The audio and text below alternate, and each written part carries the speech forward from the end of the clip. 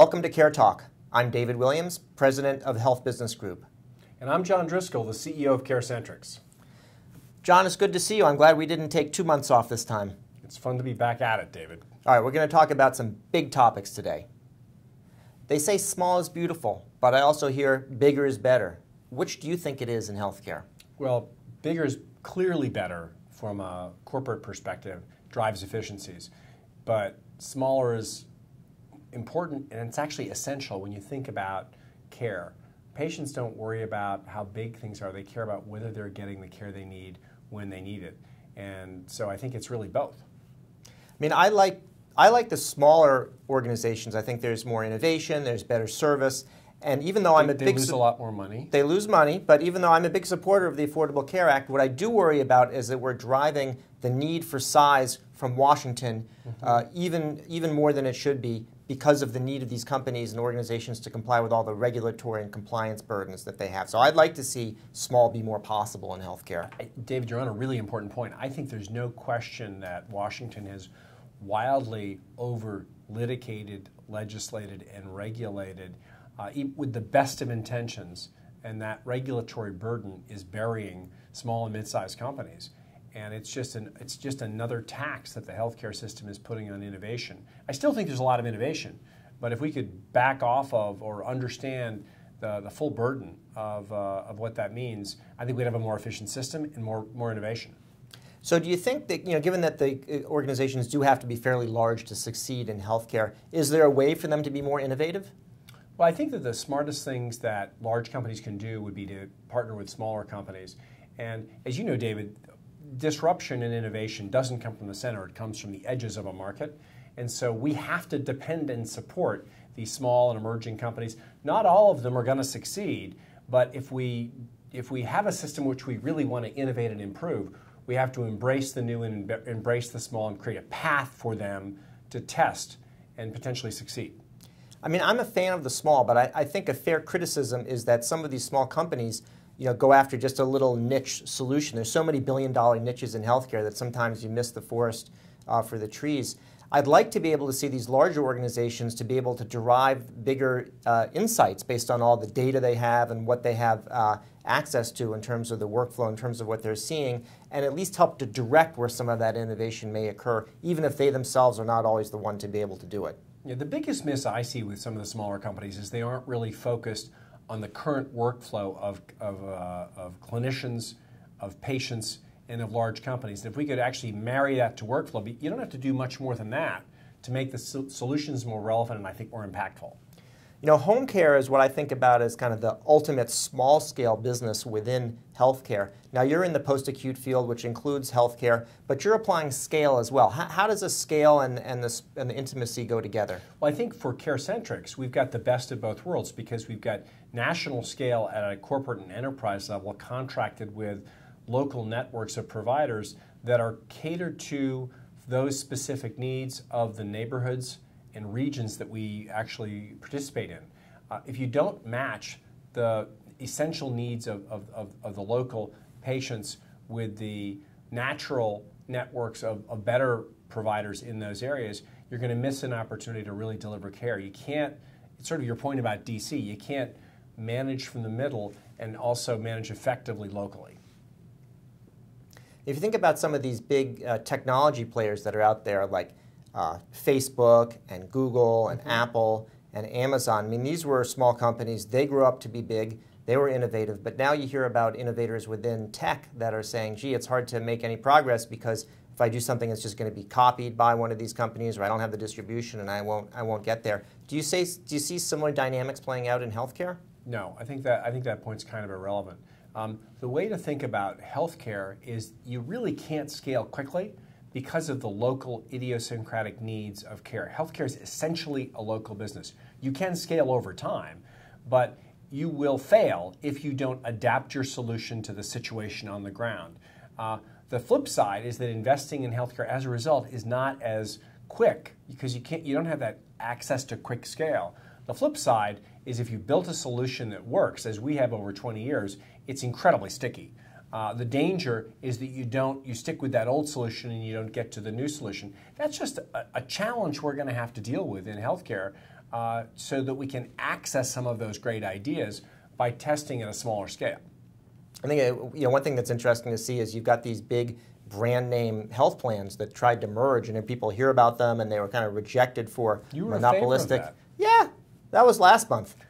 They're rejected for monopolistic reasons, but the fact is that they, even though they're larger than any individual players, they still don't have that big scale in the local area. So they're still not actually all that powerful. Their business model is not dominant in the same way that a Google or a Facebook is. I don't know, David. I think you're probably wrong on that, but it's really going to vary by neighborhood and by region. Certainly Humana is incredibly influential in some of the regions where it's got large scale. I suspect in certain categories, Aetna or Anthem is as well.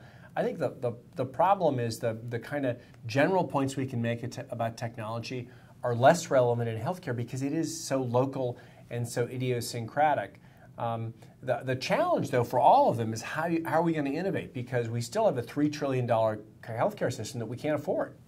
I mean, I think you saw it with Google Health, which came into the market and quickly found out that even though garbage in, garbage out is a problem in other fields, it's particularly a problem in healthcare because it's all garbage coming in. Well, I think that the challenge with Google Health and, well, with a lot of folks in technology is they see the problem and they assume that the solution is going to be similar.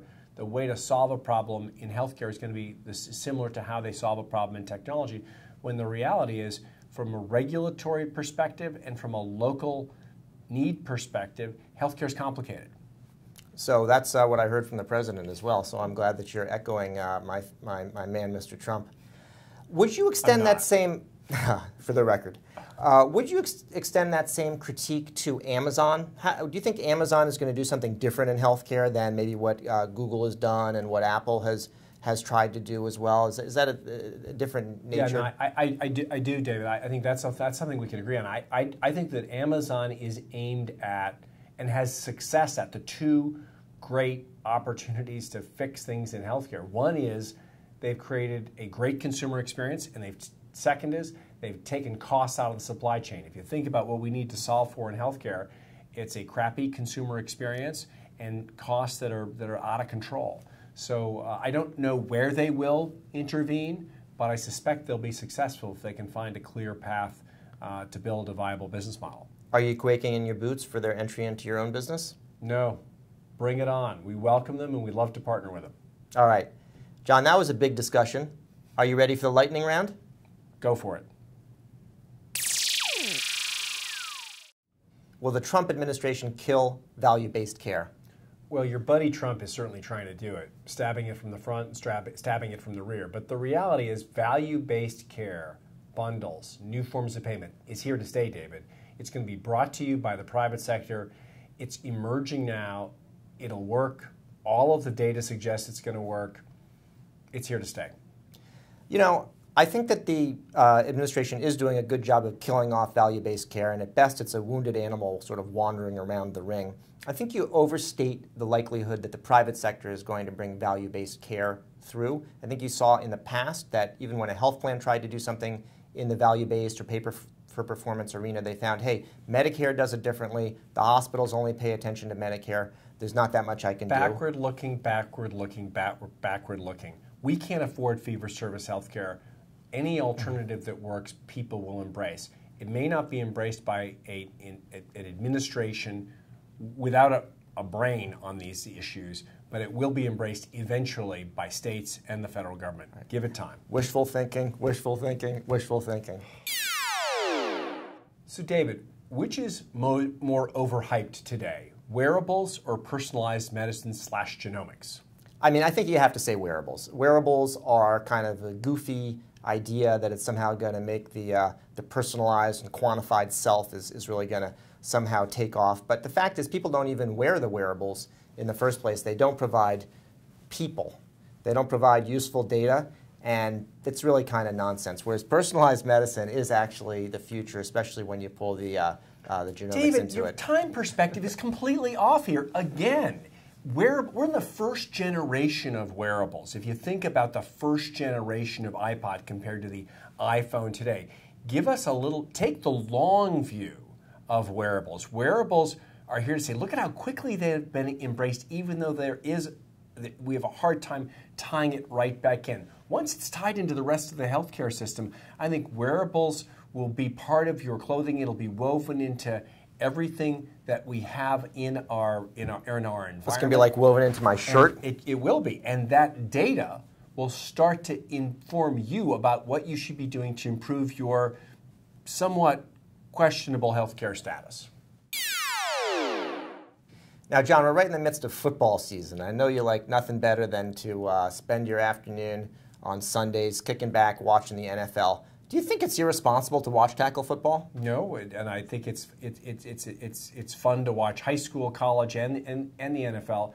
The reality of contact sports is that we have to deal with the real traumatic injuries and avoid them and find ways with rules and regulations to get there. But it's certainly not irresponsible to watch the great American game of football. We just have to find a way to make it a little easier on the body and the mind.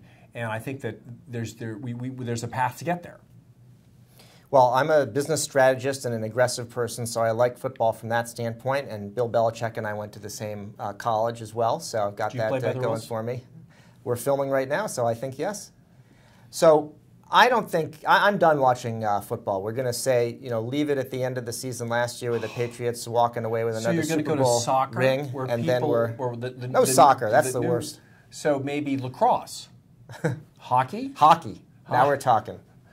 So, all right, John, it's been another great lightning round with you. Thanks, everybody, for watching CareTalk. I'm David Williams from Health Business Group. I want you to subscribe to CareTalk. You can do that right here with this button on your screen.